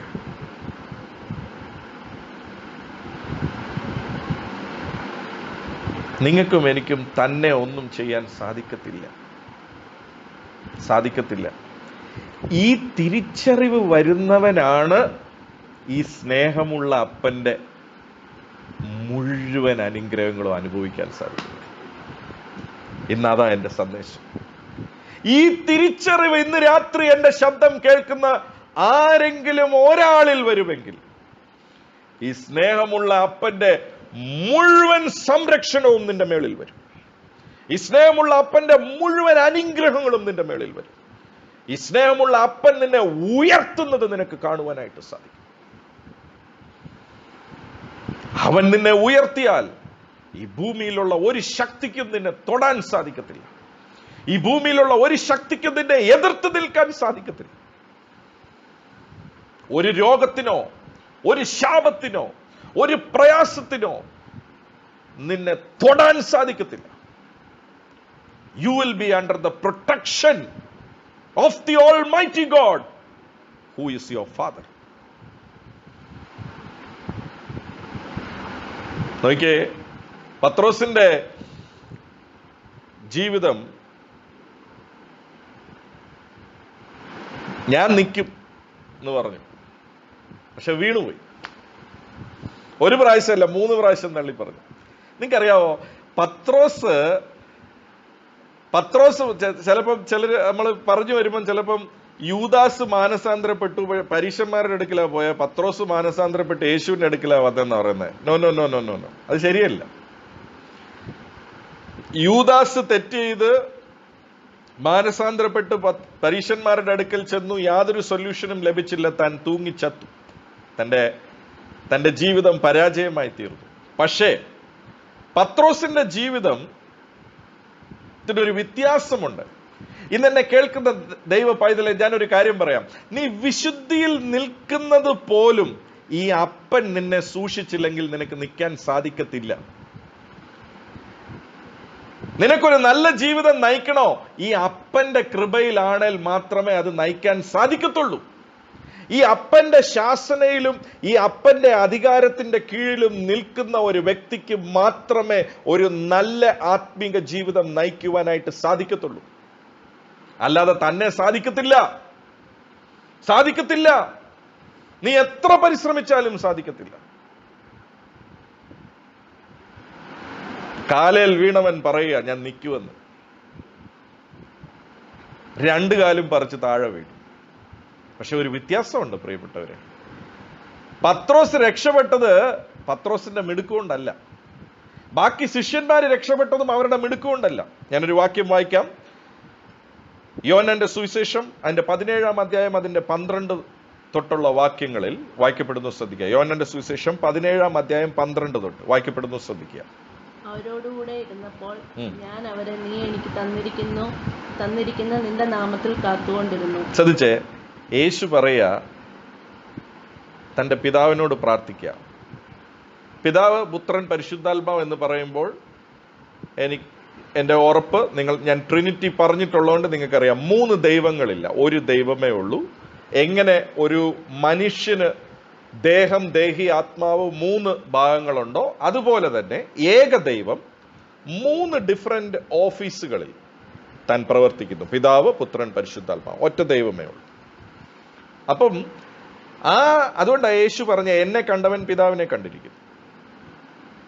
പരിശുദ്ധാത്മാവിനെ അയക്കുമെന്ന് പറഞ്ഞിട്ട് പറഞ്ഞു, ഞാൻ നിങ്ങളെ അനാഥരായി വിടത്തില്ല, ഞാൻ നിങ്ങളുടെ അടുക്കൽ വരും. പരിശുദ്ധാത്മാവായിട്ട് ഒരു രൂപമേ ഉള്ളൂ, യേശുവിന്റെ രൂപമാണ്, ഒറ്റ രൂപമേ ഉള്ളൂ. അപ്പം അവിടെ യേശു തന്റെ ദൈവികത്വത്തിൽ പിതാവായിരിക്കുന്ന ആ ഓഫീസിലേക്ക് പ്രാർത്ഥിക്കുക. ഇതുവരെ ഇവരെ ഞാനാ കാത്തത്, ഇവര് തന്നെയല്ല കാത്തത്, ഞാനാ കാത്തത്. എന്നിട്ട് പറയാ, ഒരാൾ ഒഴിച്ച്. വായിച്ചേ ആ ഭാഗം ഒന്ന് വായിച്ചേ. ഞാൻ അവരെ സൂക്ഷിച്ചു, തിരുവെഴുത്തിന് നിവൃത്തി വരേണ്ടതിന് ആ നാശയോഗ്യനല്ലാതെ അവരിൽ ആരും നശിച്ചു പോയി. നാശയോഗ്യൻ യൂദാസിനെ കുറിച്ചാണ് പറയുന്നത്. ആ വ്യക്തി ഒഴിച്ച് ബാക്കി എല്ലാവരും നശിച്ചു പോയി. ബാക്കി എല്ലാവരും ഞാൻ രക്ഷപ്പെടുത്തി, ആ വ്യക്തി മാത്രമേ നശിച്ചിട്ടുള്ളൂ. അപ്പൊ ഇവിടെ ഒരു കാര്യമുണ്ട്. 13-ാം അധ്യായത്തിൽ യൂദാസ് പോയി. 13-ാം അധ്യായത്തിൽ യൂദാസിനോട് പറഞ്ഞു, നീ ചെയ്യുന്നത് വേഗത്തിൽ ചെയ്തോളാൻ പറഞ്ഞു പോയി. പക്ഷെ ഇപ്പം യേശു പ്രാർത്ഥിക്കുന്ന പ്രാർത്ഥനയിൽ യൂദാസ് ഇല്ല. ഇപ്പം യേശു പ്രാർത്ഥിക്കുക. അടുത്ത വാക്യം വായിച്ചേ. ഇപ്പോഴോ ഞാൻ നിന്റെ അടുക്കൽ വരുന്നു. ഇപ്പൊ ഞാൻ മരിക്കാൻ പോവാ, ഞാൻ എന്റെ ജീവനെ വെടിയാൻ പോവാ, ഞാൻ അപ്പൊ അങ്ങോട്ട് വരിക. എന്റെ സന്തോഷം അവർക്കുള്ളിൽ പൂർണ്ണമാകേണ്ടതിന് ഇത് ലോകത്തിൽ വെച്ച് സംസാരിക്കുന്നു. ഞാൻ അവർക്ക് നിന്റെ വചനം കൊടുത്തിരിക്കുന്നു. ഞാൻ ലൗകികനല്ലാത്ത പോലെ അവരും ലൗകികന്മാരല്ലായകൊണ്ട് ലോകം അവരെ പകച്ചു. അവരെ ലോകത്തിൽ നിന്ന് എടുക്കണമെന്നല്ല, ദുഷ്ടന്റെ കയ്യിൽ അകപ്പെടാതെ വണ്ണം അവരെ കാത്തുകൊള്ളണം. എന്നെ അറിയാവോ? അപ്പനറിയാം പത്രോസ് വീഴുവെന്ന്. അപ്പനറിയാം. പത്രോസ്, യൂദാസ് ഒരു തെറ്റ് ചെയ്ത് മാനസാന്തരപ്പെട്ടു, പക്ഷെ തനിക്ക് പ്രതിവിധി ഉണ്ടായില്ല. ബിക്കോസ് യൂദാസിന്റെ മേളിൽ ഈ പ്രാർത്ഥനയില്ലായിരുന്നു, യേശുവിന്റെ പ്രാർത്ഥനയില്ലായിരുന്നു. യേശു പ്രാർത്ഥിച്ചു, പിതാവേ, ഇതുവരെ ഞാൻ കാത്തു, ദേ ഇപ്പോൾ ഞാൻ എന്റെ ജീവൻ വെക്കാൻ പോവുക, ഇവരെ നീ കാത്തുകൊള്ളണം, ദുഷ്ടന്റെ അടുക്കൽ നിന്ന് കാത്തുകൊള്ളണം. എന്നെ കേൾക്കുന്ന ദൈവ പൈതലേ, ദുഷ്ടന്റെ അടുക്കൽ നിന്ന്, പിശാചിന്റെ കയ്യിൽ നിന്ന്, ഈ ഭൂമിയിലുള്ള എല്ലാ മ്ലേച്ഛമായ കാര്യങ്ങളിൽ നിന്ന് നിങ്ങളെയും എന്നെയും രക്ഷിക്കാനും സൂക്ഷിക്കാനും ഒരൊറ്റ വ്യക്തിക്ക് മാത്രമേ സാധിക്കത്തുള്ളൂ. അത് നമ്മുടെ അപ്പനെ കൊണ്ട് മാത്രമേ സാധിക്കത്തുള്ളൂ. ഇന്നവൻ പിതാവിന്റെ വലത്തുഭാഗത്തിരുന്ന് നിങ്ങൾക്കും എനിക്കും വേണ്ടി പക്ഷവാദം ചെയ്തുകൊണ്ടിരിക്കുക. Is pleading for you and for me. അതുകൊണ്ടാണ് നിങ്ങളും ഞാനും നിൽക്കുന്നത്, അല്ലാതെ നമ്മുടെ മിടുക്കുകൊണ്ടല്ല. നമ്മുടെ മിടുക്കുകൊണ്ടല്ല. നമ്മുടെ മിടുക്കുകൊണ്ടല്ല. സോ അവിടെ അവിടെ അവിടെ പത്രോസ് ആ പ്രാർത്ഥനയിൽ കവറായി. പത്രോസ് ശരിക്കും പറഞ്ഞാൽ 3 പ്രാവശ്യം തള്ളി പറഞ്ഞിട്ട് കരഞ്ഞു മാനസാന്തരപ്പെട്ടു എന്ന് നമുക്ക് കാണാൻ സാധിക്കുന്നുണ്ട്. സമയമില്ലാത്തതുകൊണ്ട് ഞാൻ വായിപ്പിക്കുന്നില്ല. പക്ഷെ മാനസാന്തരപ്പെട്ട പത്രോസ് പിന്നെയും വലയെടുത്തോണ്ട് പോയി. വലയെടുത്തോണ്ട് പോയപ്പോഴേ പ്രാർത്ഥിച്ച വ്യക്തി തന്നെ ഉയർത്തെഴുന്നേറ്റ് യേശു അപ്പ ആ പ്രാർത്ഥനയുടെ മറുപടിയായി വരിക. യോഹന്നാന്റെ സുവിശേഷം 21-ാം അധ്യായം 5-ാമത്തെ വാക്യം. ആ വാക്കാണ് എന്നെ ഏറ്റവും കൂടുതൽ ആകർഷിച്ചത്. ഇതെല്ലാം ചെയ്തിട്ട് പോയ തന്റെ ശിഷ്യന്മാരെ വിളിക്കുക. യോഹന്നാന്റെ സുവിശേഷം 21-ാം അധ്യായം 5-ാമത്തെ വാക്യം വായിച്ചേ. യേശു അവരോട്, കുഞ്ഞുങ്ങളെ, മൈ ഡിയർ ചിൽഡ്രൻ. ശിഷ്യനെ എന്നല്ല വിളിച്ചേ. എടാ തോന്നിവാസം കാണിക്കുന്നവനെ എന്നല്ല വിളിച്ചേ. പറഞ്ഞാ കേൾക്കാത്തവനെ എന്നല്ല വിളിച്ചേ. 3 പ്രാവശ്യം തള്ളിപ്പറഞ്ഞ് വലയെടുത്ത് പിന്നെയും പോയ പത്രോസ് ഉൾപ്പെടെ ഗാങ്ങിനെ വിളിക്കുക. കുഞ്ഞുങ്ങളെ, എന്റെ കുഞ്ഞുങ്ങളെ. അതാണ് അപ്പന്റെ സ്നേഹം പ്രിയപ്പെട്ടവരെ. അതാണ് അപ്പന്റെ സ്നേഹം. അതാണ് അപ്പന്റെ സ്നേഹം. എന്നെ കേൾക്കുന്ന ദൈവ പൈതലേ, ഇന്ന് രാത്രി ആ സ്നേഹം എല്ലാ വീടുകളിലും ഇറങ്ങി നിൽക്കുന്നത് എനിക്ക് കാണാൻ സാധിക്കുന്നുണ്ട്. ഇന്ന് രാത്രി ആ സ്നേഹം എല്ലാ വീടുകളിലും ഇറങ്ങി നിൽക്കുന്നത് എനിക്ക് കാണുവാനായിട്ട് സാധിക്കുന്നുണ്ട്. ഇവിടെ 3-ാമത്തെ മനോഭാവം, ലൂക്കോസ് 15-ന്റെ 3-ാമത്തെ മനോഭാവവും പത്രോസിന്റെ ജീവിതത്തിൽ ഉണ്ടായ മനോഭാവവും രണ്ടും കൂടെ താരതമ്യപ്പെടുത്തി ഞാൻ നിങ്ങൾക്ക് വേണ്ടി പ്രാർത്ഥിക്കുവാനായിട്ട് ആഗ്രഹിക്കുന്നു. ഇളയപുത്രൻ എല്ലാ പ്രാർത്ഥനയ്ക്കും മറുപടി കിട്ടി. ചോദിച്ച എല്ലാ കാര്യങ്ങളും കിട്ടി. കാറിനുള്ള പൈസ, വീടിനുള്ള പൈസ, ബിൽഡിങ്ങിനുള്ള പൈസ, അടിച്ചു പൊളിക്കാനുള്ള പൈസ, വെള്ളം അടിക്കാനുള്ള പൈസ, വേശികളുടെ കൂടെ പോയി കിടക്കാനുള്ള പൈസ, ബംഗ്ലായ്ക്കുള്ള പൈസ, ടൂർ ചെയ്യാനുള്ള പൈസ എല്ലാം കിട്ടി. പക്ഷെ ജീവിതം നശിച്ചു പോയി. പത്രോസിന്റെ ജീവിതം നിങ്ങൾ നോക്കിക്കേ. 3.5 വർഷം മുന്നേ പുള്ളി എവിടെ തുടങ്ങിയോ അവിടെ തന്നെ തിരിച്ചെത്തി. 3.5 വർഷം മുമ്പേ രാത്രി മുഴുവൻ അധ്വാനിച്ചിട്ട് ഒരു മീൻ പോലും കിട്ടാതെ ഇരുന്ന സ്ഥലത്തിൽ നിന്നാണ് അടുത്തുപോലും നിൽക്കാൻ യോഗ്യതയില്ല എന്ന് പറഞ്ഞ് കാലേ വീണ് തുടങ്ങിയത്. അങ്ങനെ വന്ന് ശാസന വരെ കഴിഞ്ഞിട്ട് പറയാ ഞാൻ നിൽക്കുമെന്ന് പറഞ്ഞ് അവസാനം 2 കാലും പറിച്ച് വീണതിന് ശേഷം യേശു വന്നിരിക്കുക കുഞ്ഞുങ്ങളെ എന്ന് വിളിച്ച്. എവിടെ? അതുപോലെ തന്നെ അതേ കടൽ തീരത്തില് ഒരു മീൻ പോലും കിട്ടാതെ പരാജിതനായി നിൽക്കുക. സോ 3.5 വർഷം ഒരു സൈക്കിളാ സ്വയെന്ന് കറങ്ങി തിരിച്ച് അതേ സ്ഥലത്തേക്ക്. ചിലർ പറയാറുണ്ട് 5 വർഷമായി ഞങ്ങളുടെ ജീവിതത്തിൽ ഒന്നും അങ്ങോട്ട് നടക്കുന്നില്ല, 10 വർഷമായിട്ട് ഞങ്ങൾ ഇങ്ങനെ തന്നെ ഇരിക്കുക. ഇന്ന് രാത്രി പരിശുദ്ധാത്മാവ് നിങ്ങളുടെ ഹൃദയങ്ങളോട് സംസാരിക്കുന്നുണ്ടെങ്കിൽ ഹൃദയം കഠിനപ്പെടുത്തരുത്. പക്ഷെ ഇവിടെ സംഭവിച്ച ഒരു കാര്യമാണ് വളരെ പ്രധാനപ്പെട്ട കാര്യം. അതാണ് ഈ സ്നേഹിക്കുന്ന അപ്പനെ നമുക്ക് മുഴുവനായി അനുഭവിക്കാൻ സാധിക്കുന്ന സാഹചര്യത്തിലേക്ക് നമ്മളെ നടത്തുന്നത്. ഇളയപുത്രൻ തിരിച്ചു വന്നപ്പോൾ അവനൊരൊറ്റ മനോഭാവമേ ഉള്ളൂ. ഇന്ന് എനിക്കത് ഒരു നല്ല ഒരു സേയിങ് ആയിട്ട് പരിശുദ്ധാത്മാവ് എൻ്റെ കയ്യിൽ തന്നു. 3-ാമത്തെ മനോഭാവം, ഇളയപുത്രന്റെ 2-ാമത്തെ വരവിലുള്ള മനോഭാവം. അതിങ്ങനെയാണ്, ഇംഗ്ലീഷിൽ ഞാൻ ഇങ്ങനെ എഴുതിയിരിക്കുന്നത്. He sought his father's goodness instead of his father's goods. ഞാൻ ഒരിക്കൽ കൂടെ പറയാം. He sought his father's goodness instead of his father's goods. എഴുതി വെക്കണമെങ്കിൽ നിങ്ങൾക്ക് എഴുതി വെക്കാം. അവൻ തൻ്റെ അപ്പന്റെ നന്മ, അവൻ തൻ്റെ അപ്പന്റെ ഗുണം അന്വേഷിച്ചു വന്നു. അപ്പനിൽ നിന്ന് കിട്ടുന്ന നന്മകൾ അന്വേഷിച്ചല്ല വന്നത്. ഗുഡ്നസ്സും ഗുഡ്സും രണ്ടും അടുത്തടുത്ത. പക്ഷെ അപ്പന്റെ ഗുഡ്നസ്, അപ്പന്റെ ഗുണം ആശ്രയിച്ചു വന്ന ഇളയപുത്രൻ അപ്പന്റെ ഗുഡ്നസ് മാത്രമല്ല, അപ്പന്റെ ഗുഡ്സും അനുഭവിക്കാൻ തുടങ്ങി. ഒരു സാധനം പോലും അവൻ ചോദിച്ചില്ലല്ലോ, ഒരു സാധനം പോലും അവൻ പ്രാർത്ഥിച്ചില്ലല്ലോ. പക്ഷെ കിട്ടിയില്ലേ പുതിയ വസ്ത്രം, കിട്ടിയില്ലേ മോതിരം, കിട്ടിയില്ലേ പുതിയ ചെരുപ്പ്, കിട്ടിയില്ലേ അവന് പുതിയ വാദ്യഘോഷത്തോടെ കൂടെയുള്ള നല്ല പാർട്ടി. അവനൊരു പ്രാർത്ഥന വിഷയമില്ല. അവനൊരു കാര്യം തേടാൻ തുടങ്ങി. എൻ്റെ അപ്പന്റെ ഗുണം മതി എനിക്ക്. എൻ്റെ അപ്പൻ ഗുണമേറിയവനാ, എൻ്റെ അപ്പൻ ഗുണമേറിയവനാണെന്നുള്ള തിരിച്ചറിവാണ് ആ അപ്പന്റെ മുഴുവൻ സ്നേഹത്തിൽ നിന്നുണ്ടാകുന്ന അനുഗ്രഹങ്ങളും ഉയർച്ചകളും അവന്റെ ജീവിതത്തിൽ കൊണ്ടുവന്നത്. പത്രോസിനെ നോക്കിയേ, കുഞ്ഞുങ്ങളെ വിളിച്ചിട്ട് 153 വലിയ മീൻ കൊടുത്തു. പ്രാർത്ഥിച്ചിട്ടല്ല, 153 വലിയ മീൻ കൊടുത്തിട്ട് ചോദിച്ചു, mister Peter, do you love me more than this?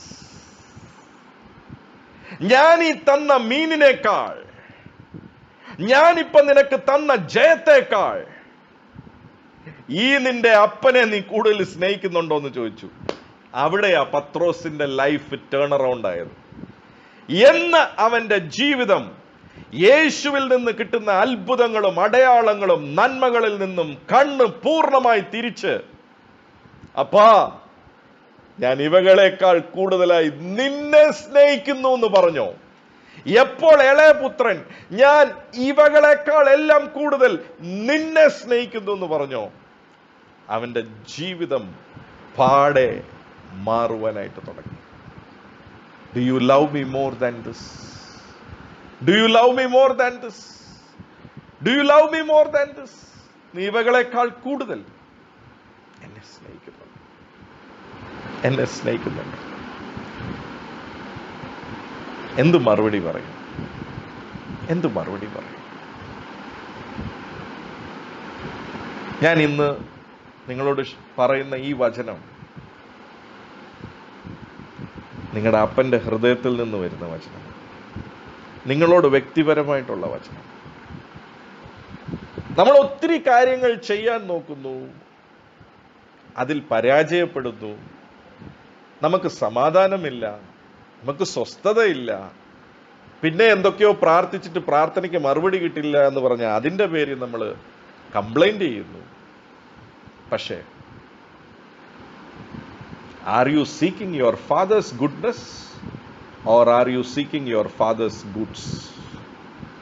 നിന്റെ അപ്പനെയാണോ നീ സ്നേഹിക്കുന്നത്, അതോ നിന്റെ അപ്പന്റെ കയ്യിലുള്ള നന്മകളാണോ നീ സ്നേഹിക്കുന്നത്? എന്നെ കേൾക്കുന്ന ദൈവമക്കളെ, അപ്പന്റെ കയ്യിലുള്ള മുഴുവൻ നന്മകളും ഇളയപുത്രന് കിട്ടി. പുത്രത്വം തിരിച്ചറിഞ്ഞവനാ, അധികാരം തിരിച്ചവനാ. പക്ഷേ ജീവിതം പരാജയപ്പെട്ടു പോയി. പക്ഷേ അതേ മകൻ അപ്പന്റെ നന്മ തിരിച്ചറിഞ്ഞപ്പോൾ, അപ്പന്റെ ഗുണം, I have such A good father, എനിക്ക് ഇത്ര നല്ലൊരു അപ്പനെ കിട്ടി. അതായിരിക്കണം ഇന്ന് രാത്രി നമ്മൾ ഘോഷയിടുന്നത്, അതായിരിക്കണം. എനിക്ക് കാറ് കിട്ടി, എനിക്ക് വീട് കിട്ടി, നല്ലതാ. അതൊക്കെ ഇട്ടിട്ട് പോകേണ്ട ഒരു ദിവസം വരും. പക്ഷേ അടുത്തുള്ള 1-2 പേര് നോക്കിയിട്ട് പറഞ്ഞ, എനിക്കൊരു നല്ല അപ്പനെ കിട്ടി, എനിക്കൊരു നല്ല അപ്പനെ കിട്ടി, എന്നെ സ്നേഹിക്കുന്ന ഒരപ്പൻ, എന്നെ കൈവിടാത്ത ഒരപ്പൻ, അടുത്തുപോലും നിൽക്കാൻ യോഗ്യതയില്ലാത്ത എന്നെ തന്റെ മകനായി മകളായി മാറ്റിയ എന്റെ അപ്പൻ. ഓ, ഇന്ന് രാത്രി അവന്റെ സ്നേഹം എല്ലാ ഭവനങ്ങളിലും ഒഴുകുന്നത് ഞാൻ കാണുക. കമോൺ, കണ്ണുകളൊക്കെ അടച്ച് അപ്പായോടൊന്ന് പറഞ്ഞ, അപ്പാ ഞാൻ ഇവകളെക്കാളെല്ലാം കൂടുതലായി നിന്നെ സ്നേഹിക്കുന്നപ്പാ, നിന്നെ സ്നേഹിക്കുന്നപ്പാ. നിന്നെ വിട്ടിട്ട് എനിക്ക് വേറൊരു പണി ഇല്ലപ്പാ, നിന്നെ വിട്ടിട്ടുള്ള ഒരു നന്മയും എനിക്ക് വേണ്ടപ്പാ. രാത്രി നീ അത് പ്രാർത്ഥിക്കുമ്പോൾ ഞാൻ ഒരു കാര്യം പറയാം. നീ ചിന്തിക്കുന്നതിലും നനയ്ക്കുന്നതിലും അത്യന്തപരമായി നിന്റെ കാര്യങ്ങൾ എൻ്റെ അപ്പൻ നടത്തിച്ചേരും. അത്യന്തപരമായ എൻ്റെ അപ്പൻ നടത്തിച്ചു തരും. ഇന്ന് രാത്രി കമോൺ, നിന്റെ കണ്ണ് അപ്പന്റെ ഗുഡ്സിൽ നിന്ന് മാറ്റി അപ്പന്റെ ഗുഡ്നസിലേക്ക് വെച്ച്. അതാണ് ഇളയപുത്രന് സംഭവിച്ചത്. അതാണ് പത്രോസിന് സംഭവിച്ചത്. പത്രോസിന്റെ ജീവിതം നോക്കിയ, അത് കഴിഞ്ഞ് പരിശുദ്ധാത്മാവിനാൽ നിറഞ്ഞപ്പോൾ തന്റെ ജീവിതം ഒരു ചരിത്രമായി തീർന്നു. ചരിത്രമായി തീർന്നു. എന്റെ നിഴല് തട്ടി സൗഖ്യമാകണമെന്ന് പത്രോസ് പ്രാർത്ഥിച്ചതായിട്ട് എവിടെയും രേഖപ്പെടുത്തിയിട്ടില്ല. പക്ഷെ തന്റെ അപ്പന്റെ നിഴല് തട്ടിപ്പോലും സൗഖ്യമായെന്ന് ബൈബിളിൽ എഴുതിയിട്ടില്ല. പക്ഷേ അപ്പന്റെ മോൻ പത്രോസിന്റെ നിഴല് തട്ടി സൗഖ്യമായെന്ന് ബൈബിൾ എഴുതിയിട്ടുണ്ടെങ്കിൽ എന്നെ കേൾക്കുന്ന ദൈവ പൈതലെ, എന്റെ അപ്പൻ എത്ര വലിയവനാണ്. എനിക്കൊരു നല്ല അപ്പനെ ലഭിച്ചിട്ടുണ്ട്. ആ അപ്പനെ നീ ഉയർത്താൻ തുടങ്ങിയാൽ, ഞാനൊരു കാര്യം പറയാം, ഈ വേദപുസ്തകത്തിൽ എഴുതിയിട്ടില്ലാത്ത നന്മകൾ നിന്റെ ജീവിതത്തിൽ നീ അനുഭവിക്കാനായിട്ട് തുടങ്ങും. ബാക്കി ആരുടെയും ജീവിതത്തിൽ കിട്ടാത്തത് നിന്റെ ജീവിതത്തിൽ ലഭിക്കുവാനായിട്ട് തുടങ്ങും. ബാക്കി ആരുടെയും ജീവിതത്തിൽ നടക്കാത്തത് നിന്റെ ജീവിതത്തിൽ നടക്കാൻ തുടങ്ങും. ഇത് ഞാൻ പറഞ്ഞുകൊണ്ടിരിക്കുമ്പോൾ തന്നെ ഞാനൊരു ദർശനം കാണുക. എൻ്റെ അപ്പന്റെ കയ്യിൽ ഒരു പുസ്തകം തുറക്കുന്നത് ഞാൻ കാണുക. എന്നെ കാണിക്കുക, ഞാൻ ഓരോരുത്തർക്ക് വേണ്ടിയും ഒരുക്കി വെച്ചിരിക്കുന്നത് ഒരു കണ്ണും കണ്ടിട്ടില്ല, ഒരു കാതും കേട്ടിട്ടില്ല. നിന്നെ അനുഗ്രഹിച്ച് ഉയർത്തുന്നതാണ് നിന്റെ അപ്പന്റെ ആഗ്രഹം. പക്ഷെ ഇന്ന് രാത്രി ഉയർച്ചയ്ക്ക് വേണ്ടിയല്ല വരേണ്ടത്, ഉയർച്ചയല്ല നീ തേടേണ്ടത്. അപ്പനെ തേടുക, അപ്പന്റെ നന്മ തേടുക, അപ്പന്റെ പുറകെ പോവുക. അതിനകത്താണ് അനുഗ്രഹം അടങ്ങിയിരിക്കുന്നത്. ഇന്ന് രാത്രി എനിക്കൊരു മാനസാന്തരം ഉണ്ടാവുന്നുണ്ട് ബ്രദറെ. എനിക്ക് വേണ്ടി പ്രാർത്ഥിക്കുന്ന, എനിക്കൊരു മാനസാന്തരം ഉണ്ടാകുന്നുണ്ട്. എനിക്ക് അപ്പനാ ഇമ്പോർട്ടൻറ്റ്, എൻ്റെ അപ്പയാ ഇമ്പോർട്ടൻറ്റ്. അപ്പം കഴിഞ്ഞിട്ടുള്ളത് മതി. ലോക്ക്ഡൗൺ പീരീഡിൽ എന്തിനൊക്കെയാ കംപ്ലൈന്റ് ചെയ്തത്? അപ്പനെ കിട്ടിയത് ഭാഗ്യത്തെക്കാൾ വലുതാണോ ഈ ലോക്ക്ഡൗൺ? അപ്പനെ കിട്ടിയ ഭാഗ്യത്തെക്കാൾ വലുതാണോ നമ്മൾ അഭിമുഖീകരിക്കുന്ന പ്രശ്നങ്ങൾ? ഞാനൊരു കാര്യം പറയാം, ഇതൊന്നും നിന്നെ തൊടത്തില്ല. മടങ്ങി വന്ന ഇളയ പുത്രന്റെ ഒന്നും തൊടാൻ സമ്മതിച്ചില്ല. ഇവകളെക്കാളെല്ലാം അധികം ഞാൻ നിന്നെ സ്നേഹിക്കുന്നു എന്ന് പറഞ്ഞ പത്രോസിന്റെ ജീവിതത്തെ ഇരുന്നെഴുന്നേൽക്കുന്നത് പോലെ ഉയർത്തിയ ആ നല്ല അപ്പൻ ഇന്ന് രാത്രി ഓരോ ഭവനങ്ങളിലും ഇറങ്ങി നിൽക്കുകയാണ്.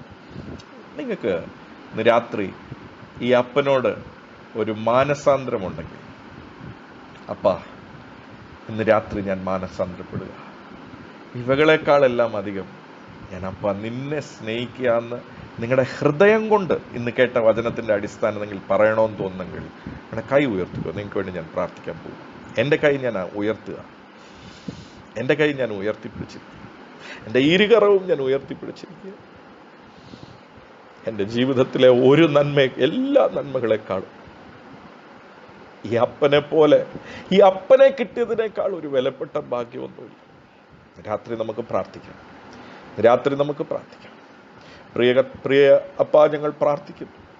ഇന്ന് എൻ്റെ കൂടെ ആരെല്ലാം കരമുയർത്തിയിട്ടുണ്ട് അവർക്ക് വേണ്ടി ഞാൻ പ്രാർത്ഥിക്കുന്നു. ഞങ്ങളെല്ലാവരും ഇന്ന് ആ ഇളയപുത്രൻ നിന്റെ അടുക്കൽ വന്നതുപോലെ പത്രോസിനെ ഗലീല കടൽക്കരയിൽ നീ കണ്ടപ്പോൾ ഉണ്ടായ അതേ എൻകൗണ്ടർ, ഇവകളെക്കാളെല്ലാം കൂടുതൽ നീ എന്നെ സ്നേഹിക്കുന്നുണ്ടോ എന്നുള്ള ചോദ്യത്തിന്റെ മറുപടിയുമായി നിന്റെ മുന്നിൽ ഞങ്ങൾ വന്ന് നിൽക്കുക. അപ്പാ, നിന്നെ കിട്ടിയതിനേക്കാൾ വലിയൊരു ഭാഗ്യം ഞങ്ങളുടെ ജീവിതത്തിലില്ല. നിന്നെ കിട്ടിയതിനേക്കാൾ വലിയൊരു ഭാഗ്യവും അനുഗ്രഹവും ഞങ്ങളുടെ ജീവിതത്തിലില്ലപ്പാ. എന്റെ കൂടെ ആരെല്ലാം ഇന്ന് രാത്രി മാനസാന്തരത്തോടെ കരമുയർത്തി പിടിച്ചിരിക്കുന്നോ, അപ്പാ, ഇന്ന് ഈ വചനം നീ അയച്ചതെങ്കിൽ ഇന്ന് നിന്റെ ആണിപ്പാടുള്ള കരം അവരെ സ്പർശിക്കട്ടെ. നിന്റെ ആണിപ്പാടുള്ള കരം അവരെ സ്പർശിക്കട്ടെ. ആ കരം ഉയർത്തി പിടിച്ചിരിക്കുമ്പോൾ തന്നെ യേശുവിന്റെ അധികാരമുള്ള നാമത്തിൽ ഞാൻ പ്രാർത്ഥിക്കുക. അവരുടെ മുഴുവൻ വിഷയങ്ങളുടെ മേലുള്ള വിജയം, അവരുടെ മുഴുവൻ വിഷയങ്ങളുടെ മേലുള്ള ജയം ഇന്ന് രാത്രി തുടങ്ങട്ടെ എന്ന് ഞാൻ പ്രാർത്ഥിക്കുന്നു. ആത്മമണ്ഡലങ്ങളിൽ കൊടുക്കൽ വാങ്ങലുകൾ നടക്കട്ടെ. എല്ലാ തടസ്സങ്ങളും യേശുവിന്റെ നാമത്തിൽ നിർമൂലമാകട്ടെ. ഇന്ന് രാത്രി ഒരുപക്ഷെ ഈ മെസ്സേജ് ഈ മീറ്റിംഗിൽ ആദ്യമായിട്ട് പങ്കെടുക്കുന്ന ആരെങ്കിലും ഉണ്ടെങ്കിൽ ഇന്ന് അവർ മാനസാന്തരത്തോടെ അപ്പാ നിന്റെ മുന്നിൽ കൈ ഉയർത്തി പിടിച്ചിട്ടുണ്ടെങ്കിൽ രക്ഷയുടെ അനുഭവം അവരുടെ ജീവിതത്തിൽ ഉണ്ടാകട്ടെ. ഇന്ന് രാത്രി അവർ നിന്റെ മക്കളായി തീരട്ടെ എന്ന് പ്രാർത്ഥിക്കുന്നു. എല്ലാവരുടെ ജീവിതത്തിലുള്ള രോഗങ്ങൾ യേശുവിന്റെ നാമത്തിൽ മാറട്ടെ. അത്ഭുത സൗഖ്യങ്ങൾ ശരീരങ്ങളിൽ ഉണ്ടാകട്ടെ. ഉച്ചിത്തല മുതൽ ഉള്ളങ്കാൽ പാദം വരെയുള്ള എല്ലാ പ്രയാസങ്ങളും മാറട്ടെ. ഇപ്പോൾ തന്നെ പൂർണ്ണ വിടുതൽ ഉണ്ടാകട്ടെ. കർത്താവെ, സാമ്പത്തിക വിടുതലുകൾ ഉണ്ടാകട്ടെ. ജോലികളിൽ പ്രൊമോഷൻസ് ഉണ്ടാകട്ടെ. അത്ഭുതമായി പുതിയ ജോലികൾ നിന്റെ മക്കൾക്ക് ലഭിക്കട്ടെ. പുതിയ സാമ്പത്തിക വഴികൾ തുറക്കട്ടെ. നിന്റെ മക്കൾ കർത്താവെ പ്രയാസപ്പെട്ട് ചെയ്യുന്ന എല്ലാ കാര്യങ്ങളിലും അപ്പന്റെ അനുഗ്രഹം അവർ അനുഭവിക്കട്ടെ എന്ന് പ്രാർത്ഥിക്കുന്നു. ഇന്ന് രാത്രി ഞാൻ പ്രാർത്ഥിക്കുക, ചോദിക്കാത്ത അനുഗ്രഹങ്ങൾ എങ്ങനെ ഏളയപുത്രന്റെ ജീവിതത്തിൽ ഉണ്ടായോ അതേപോലെ ചോദിക്കാത്ത നന്മകൾ, ചോദിക്കാത്ത അനുഗ്രഹങ്ങൾ ഇന്ന് രാത്രി എന്റെ ശബ്ദം കേട്ട് കൈ ഉയർത്തി പ്രാർത്ഥിക്കുന്ന ഓരോരുത്തരുടെ ജീവിതത്തിലും ഉണ്ടാകട്ടെ എന്ന് ഞാൻ പ്രാർത്ഥിക്കുന്നു. സകല നന്മകളാലും നിറയ്ക്കണം. അനുഗ്രഹിക്കുന്നു. തങ്കു ബ്രദറിനെ കുടുംബമായി അനുഗ്രഹിക്കുന്നു. തോസ്റ്റി ബ്രദറിനെ കുടുംബമായി അനുഗ്രഹിക്കുന്നു. സകല ദൈവദാസന്മാരെ അനുഗ്രഹിക്കുന്നു. ഞങ്ങൾ അന്യോന്യം അനുഗ്രഹിക്കുന്നു. സകല കൃപകളാലും നിറയ്ക്കണം. ഇന്ന് ഈ മീറ്റിംഗിൽ പുതുതായിട്ട് പങ്കെടുത്ത ഓരോരുത്തരെയും ഞങ്ങൾ അനുഗ്രഹിച്ച് പ്രാർത്ഥിക്കുന്നു. അവരുടെ ചെറുതും വലുതുമായിട്ടുള്ള എല്ലാ ആവശ്യങ്ങളും അപ്പാ നീ നിറവേറ്റണമെന്ന് പ്രാർത്ഥിക്കുന്നു. സകല നന്മകളാലും നിറയ്ക്കണം. അനുഗ്രഹിക്കുന്നു യേശുവിൻ നാമത്തിൽ പിതാവേ.